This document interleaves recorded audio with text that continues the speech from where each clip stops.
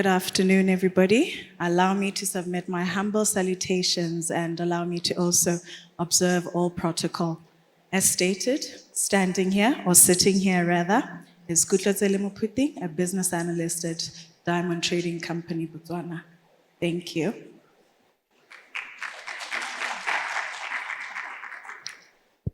I'd like to ask the audience here to please, wherever you are, loudly, boisterously say, Namaste. Loudly, please.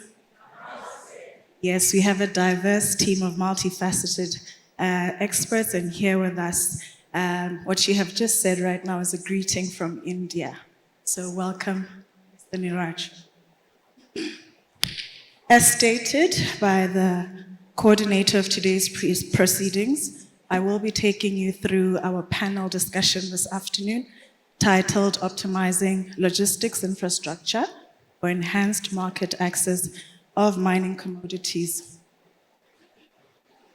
This panel seeks to explore the critical role of logistics infrastructure in enhancing efficiency, sustainability, and resilience of the mining industry, particularly in the context of bulk commodity exports. It will also address the challenges faced in mining, financing, logistics, highlighting the barriers to access to finance and the innovative financing models that are emerging to overcome these obstacles.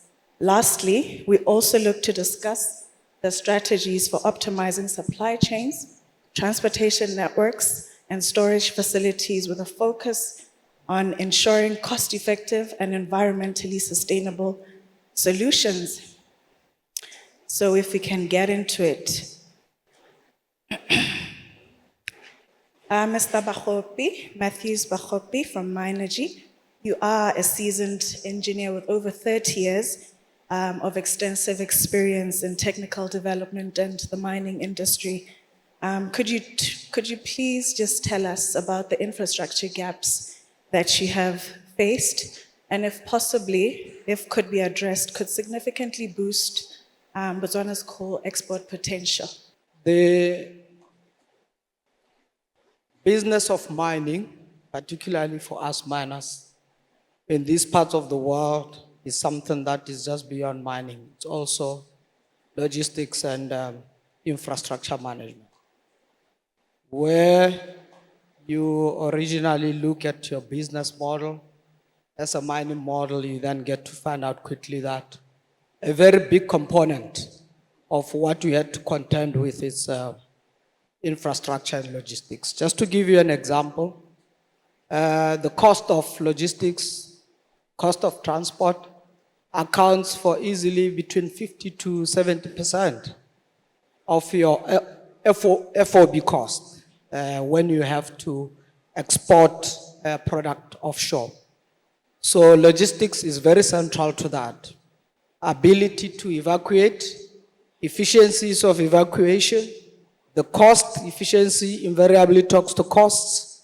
And when you look at commodities like coal and other bulk commodities, and at this point in time in Botswana, we probably think of coal as bulk commodity, but also very soon, when the iron ore districts in Botswana, which are burgeoning, grow into the potential that they are, they will have the exactly same problem that the coal industry is facing, because it's about moving volume.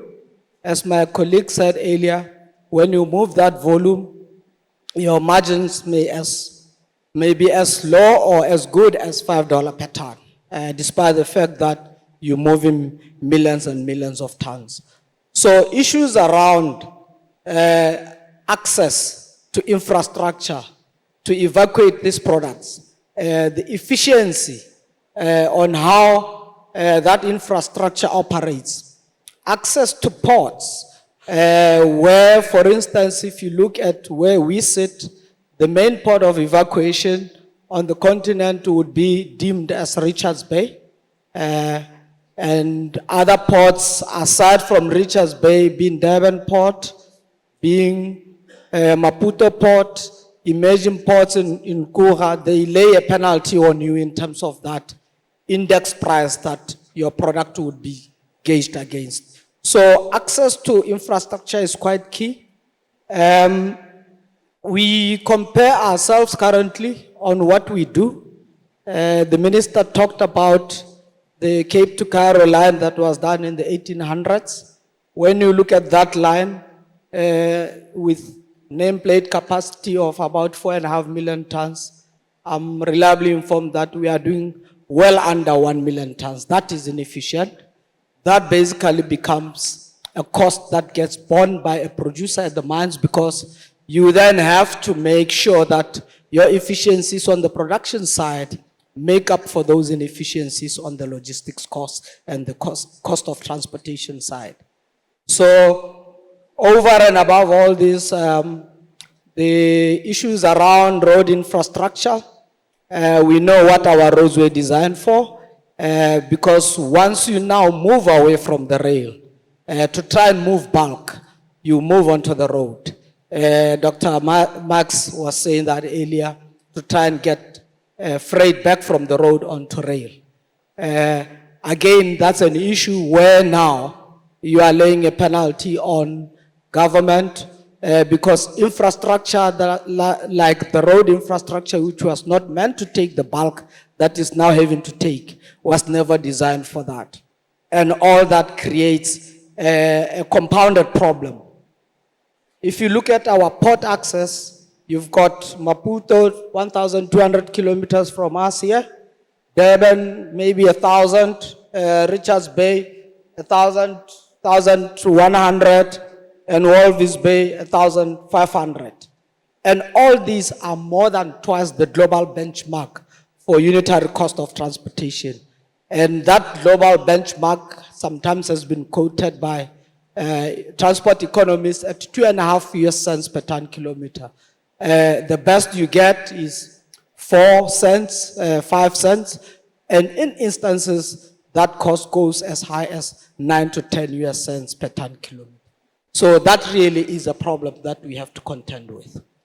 Thank you. Thank you so much for that, Mr. Bahopi. Over to you, Mr. Niraj.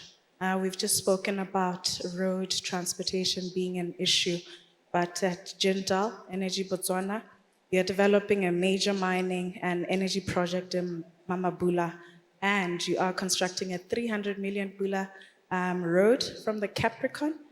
Could you tell us about that and why it is important for Jindal to invest in this? Okay. Thank you, Kutlo, and let me start with Dumilang Bagaitsu. It is our pleasure to give the state the reason, so let me start with the economics first. My project investment is in range of 28 billion pulas. And the project cycle, looking at the requirement of the power, has been reduced by my management from 2028 commissioning to 2026. And if you look at the cost of the road, it's just 300 million. So it's not even less than 1% of the capital cost. So for me, investing in the road economically is much more beneficial than depending on any other source first. So that is a business decision which we have taken. Along with it, definitely an infrastructure development of the road, power project, mines. Ours is a complete greenfield project. And this is one of the unique projects which Botswana is right now witnessing, because this project is a completely self-sustainable. That means Jindal is making its road, its transmission line, its wellfield development, its mine, its power project, its housing project, and is going to self-sustain for next 30 years. So looking at the duration of the project, the nature of the project, it was very vital for us to close all the gaps which can delay the project or which can hamper directly the progress of the project in one or other way. Looking at that, this road has come into the picture. As Honorable Minister has said that the era has gone, but some other era has started. So this is a cyclic one. Yes, we as a country, as a nation, have been at this position because of the diamond, but we will be at the next position because of the coal and because of the other minerals which are available in our country. And logistics is a very important thing. And lastly, this road will serve as a linking road for next 30, 40, 50 years for my coal to send to the Mamabula Liplale rail link, which I think my friend Max has just explained all of us. So if you look at it, we are all in a win-win situation where government does not make the spending, a private sector make the spending, and it is future bound project which gives the solutions to everyone. So I think that was the reason why we have taken up to take up this 300 million Pula road construction in our hands. Thank you so much for that, Niraj. Just to round up these sentiments, over to you, Dr. Rasbash. The Honorable Minister has just spoken and given a wide array of international benchmarks. We just want to understand from a policy perspective and planning standpoint, what can the government do to support and enhance logistics infrastructure and support the mining industry in real time? Yes, it's a very good thing to see still so many people here at the end of 2 very long days, especially the Honourable Minister. A matter of policy. Well, I've been involved in transport policy here in Botswana for many, many years. The first time that the Ministry of Transport and Works, called Public Works, started to look at policy issues was in 2006. And there have been many, many attempts to actually produce a policy since then. Even myself produced a draft white paper some 10 to 12 years ago. The ministry is well on with advancing a policy, and we know that it's very, very necessary indeed, because without a policy, you're moving from project to project, from issue to issue, without any coherent position of government on the matter of transport. Transport is a sector. It's not a project. It's not just road or rail or air or even waterway shipping or pipeline. It's an entire sector. It all has one objective. That's to enable the economy. And that's really what we don't do. We don't see it in a holistic sense. Transport contributes 3.2% to GDP, but that's only the beginning of it. That 3.2% doesn't include what we consume in energy. That goes into another compartment of government, the Ministry of Energy. It doesn't cover road accidents or environmental issues generated by transport. So actually, transport contributes much more than 3.2% to GDP directly and indirectly. It's probably around 12 or 13% GDP. And where we want to get to in our transport ministry is to be responsible for all of that. The next thing I want to say is use a concept called intensity, transport intensity. This is the amount of transport output we need to produce 1 unit of GDP. This is a critical KPI, which we don't address. We don't see it in those terms. How much? You think Botswana, are we highly transport intense or at the bottom of the pack? Actually, we are very highly transport intense. We use more transport units to produce 1 unit of GDP than even the United States or Europe. We're incredibly transport intense, and that disadvantages the entire transport sector. So yes, we must have a transport policy to guide us on these really serious macro issues. And another reason we must have a transport policy is exactly for the reason that the speaker said when he was talking about the Mamabula Rail link. He said that one of the things that needs to be in place is a new regulation for rail.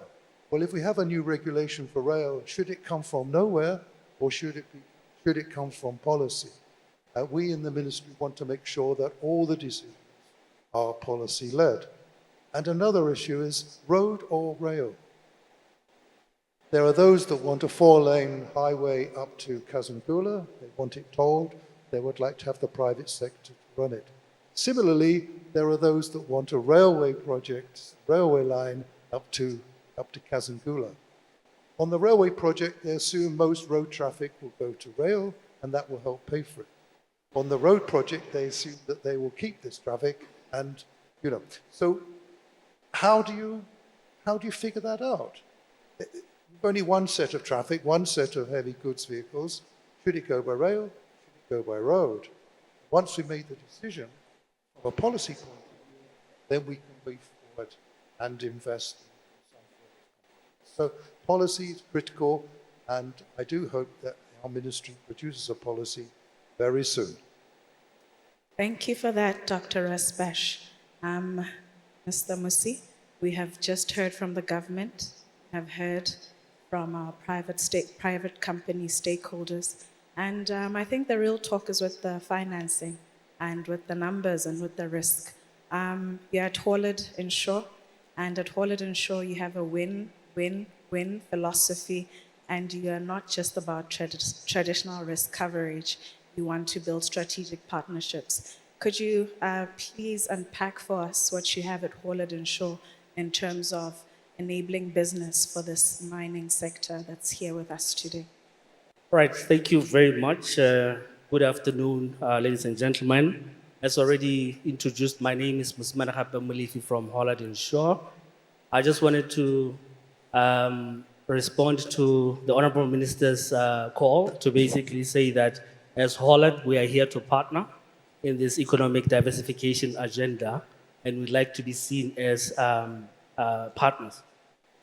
Now, in terms of how we view this space, we are obviously in the business of risk as insurance, and as already said, mining and infrastructure go together. There are, however, some risks that come with just participating in those spaces.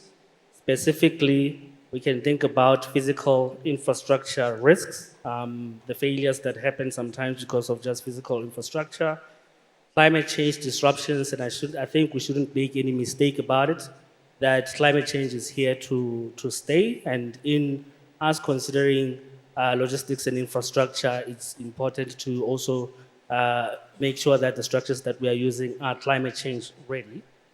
Cyber attacks on control systems as we continue to digitize our mining operations and also the logistics networks. It's quite possible that some cyber attacks would actually happen, which can basically bring everything to a grinding halt. We also see some financial performance risks in the sense of saying suppliers not being able to be paid well on time, and we do have quite a number of solutions. But before I delve into the solutions, I just wanted to reiterate the fact that unlike pushing products to our partners, what we do is that we work on a collaborative approach to basically look at the nuances of the risks that you're actually facing, and basically can then come up with products that are fit for purpose. Some of the products that I may mention around this space, we have what we call our cradle-to-grave solutions, particularly in the mining space, where we see, where we basically underwrite everything from operations all the way to the finalized product. We also have what we call parametric insurance, which is a very exciting new product that we have brought on board. We actually have rolled it out to a number of countries. And this is aimed at ensuring that it guards against climate change related risks.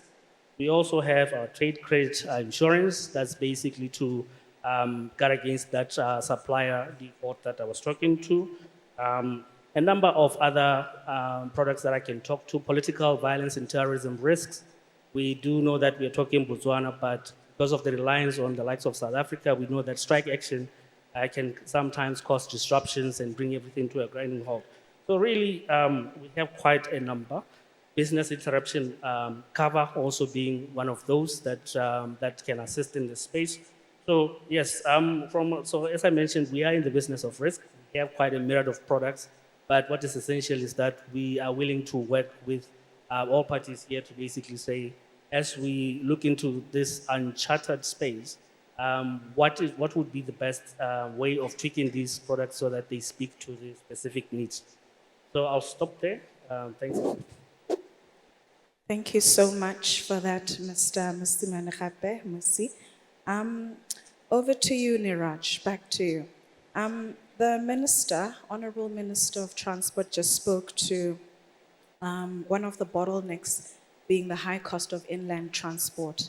At Jindal Energy Botswana, how are you managing these bottlenecks, and how do you intend to curb away from these bottlenecks in the future? See, if for our project also, I'll take it into two phases to answer this, because one is construction phase. Definitely, there are a lot of logistical challenges. As I always say, we are land linked, but this land linked is also too far from the sea. So, bringing around 18,000 plus minus some containers to build up the whole project itself is a big challenge. We are definitely partnering with the world's best logistical solution providers for that. But still, when we go for the operation phase of it, that the challenge with the electricity is not much because we are wire linked. So my whole 600 megawatt will go without any interruption and does not need any logistics per se. But coal, if you see, and we are moving towards the export of the coal from the country, and then from here, the challenge is obviously and visible, as my colleague and an old friend has said, is the logistics. Now, as has been stated by the previous speaker, that the cost of logistic of the coal itself is going beyond 60 to 70% the cost of the product. Now, we as a coal miner can achieve the efficiency in production, but that will not result more than 5 to 7%, hardly 10.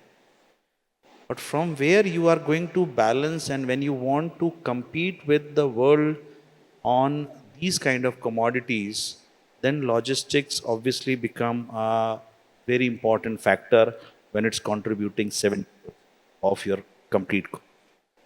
And I think the solution from our side, as we have already stated multiple times, it's time for the private sector to lead and start participating and taking the risk of that logistics from the official channels of the government, where the miners should come forward, and Jindal would be very happy to participate in this as first, that where we own our own rolling stock and then we operate over the Botswana rail and then pay them for using the rails.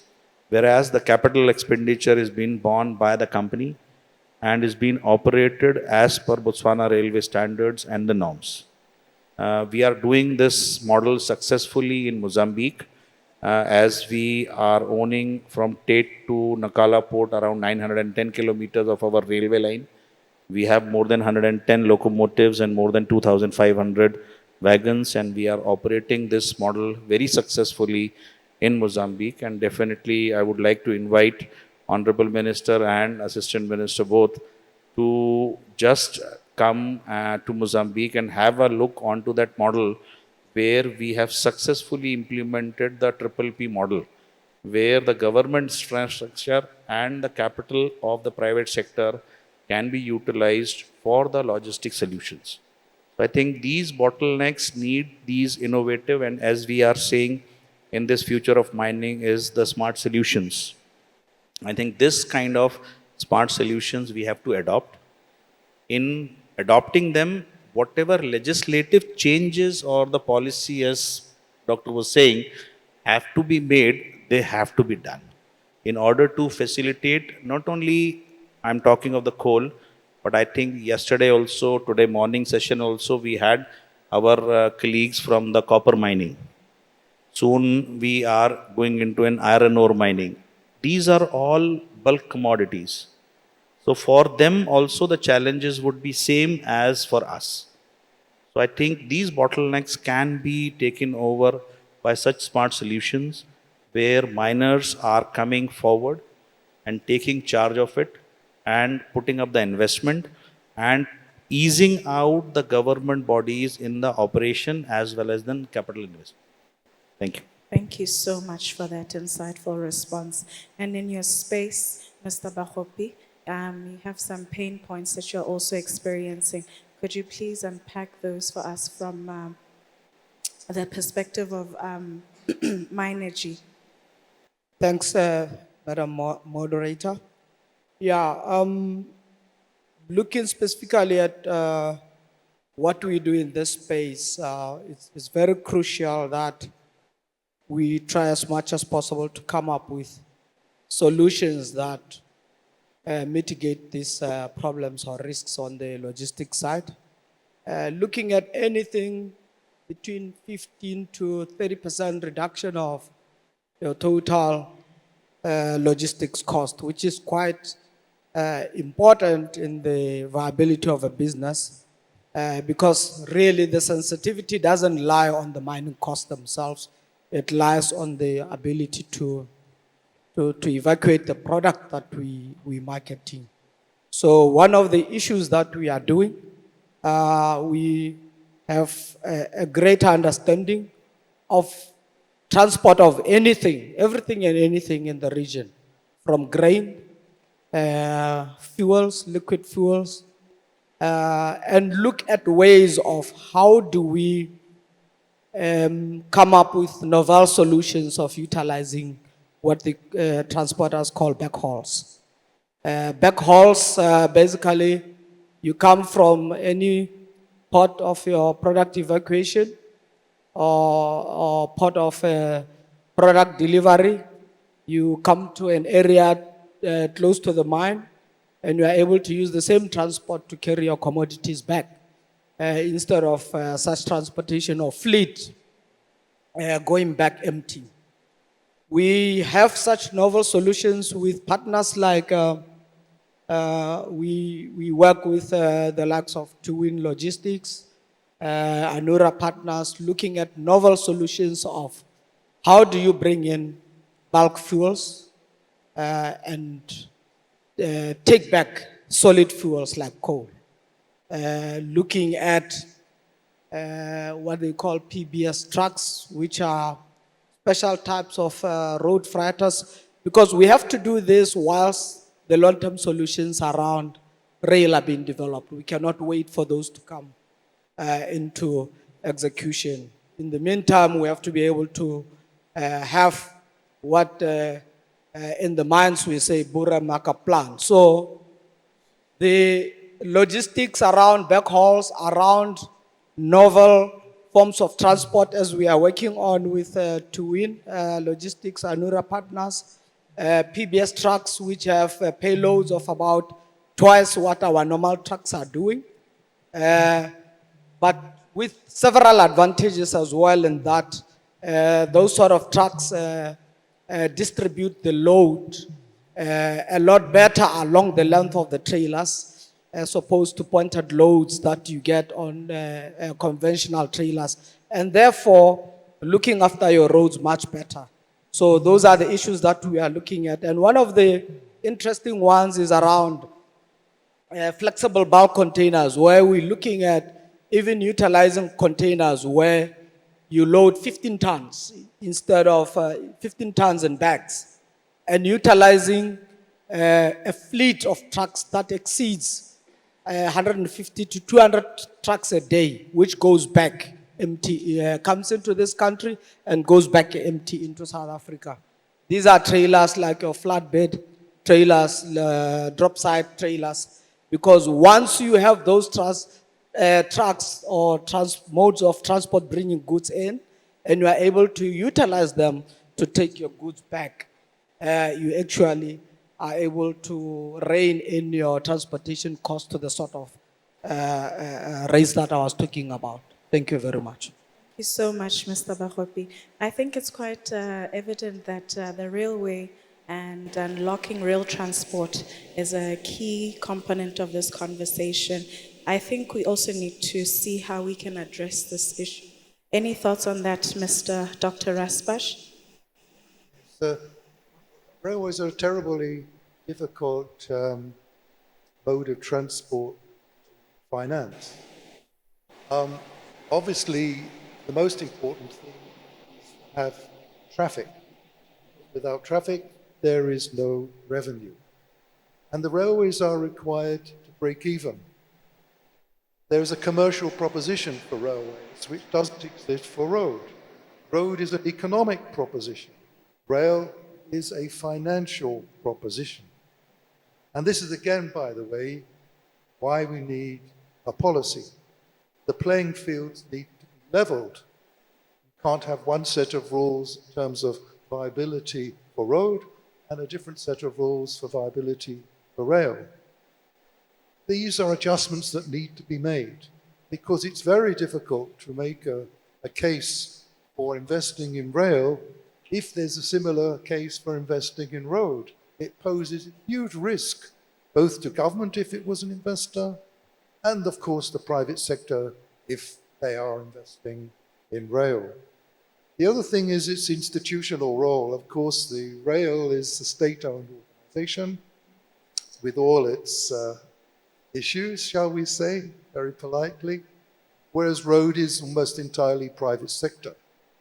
The road operation is private. Once upon a time, government used to own trucks, they used to own buses, but long ago, it divested of the transport operation. That is not the case with rail. Rail, they own the track, they own infrastructure, they own the operations, rolling stock. And as we heard from, again, our friend talking about the Mamabo link, that is not good. So in order to create the right economic conditions, financial conditions for investment in rail, there are certain things that need to change. Otherwise, it's going to be terribly difficult to make a risk-free case. Thank you so much for that insightful response. And I think it's quite prevalent that we also need to bring in the insurance space. And just to close this conversation, can insurance play a pivotal role in unlocking finance for infrastructure projects by reducing perceived risks for investors? So just to maybe walk you through what's going on in the minds of the financiers when they see projects like this. These are usually projects that have a lot of capital upfront, but the revenue is realized over a long period of time. So therefore, in between having spent the money now and waiting for the returns to come, there's a big area of risk there. And that's where insurance really comes in. So insurance comes to basically give a lot more certainty in terms of being able to realize those future revenue streams, having spent the money upfront. So we do actually see insurance as playing a very pivotal role. So rather than thinking about who you're going to finance from or where you're going to get the finance from, it's also equally important to basically say who's your insurance partner. Because guess what? As soon as you start the conversations with the financiers, the kind of questions that you will ask will point specifically to some of the solutions that I was talking to in terms of giving them certainty that they will be able to realize their returns over time. So in simple terms, what we do in the business of insurance is that we convert a very uncertain financial outlook into more certainty by making sure that there are proper, products that can actually respond in cases where events downside events have happened. Investors would want to know that their investment is still protected. So insurance does play quite a key role. So as you have these conversations, I think between the mining companies, the financiers, it's also equally important to make sure that insurance is not left behind, because ultimately that's basically what would unlock those billions that you need to get your project going. Thank you. Thank you so much. In closing, from Honorable Minister's words, the future demands that we do things differently, and a smart mining economy must have smart logistics, and we're here to have smart partnerships. Thank you so much. From my kings on the stage and I, we close the panel discussion. Thank you.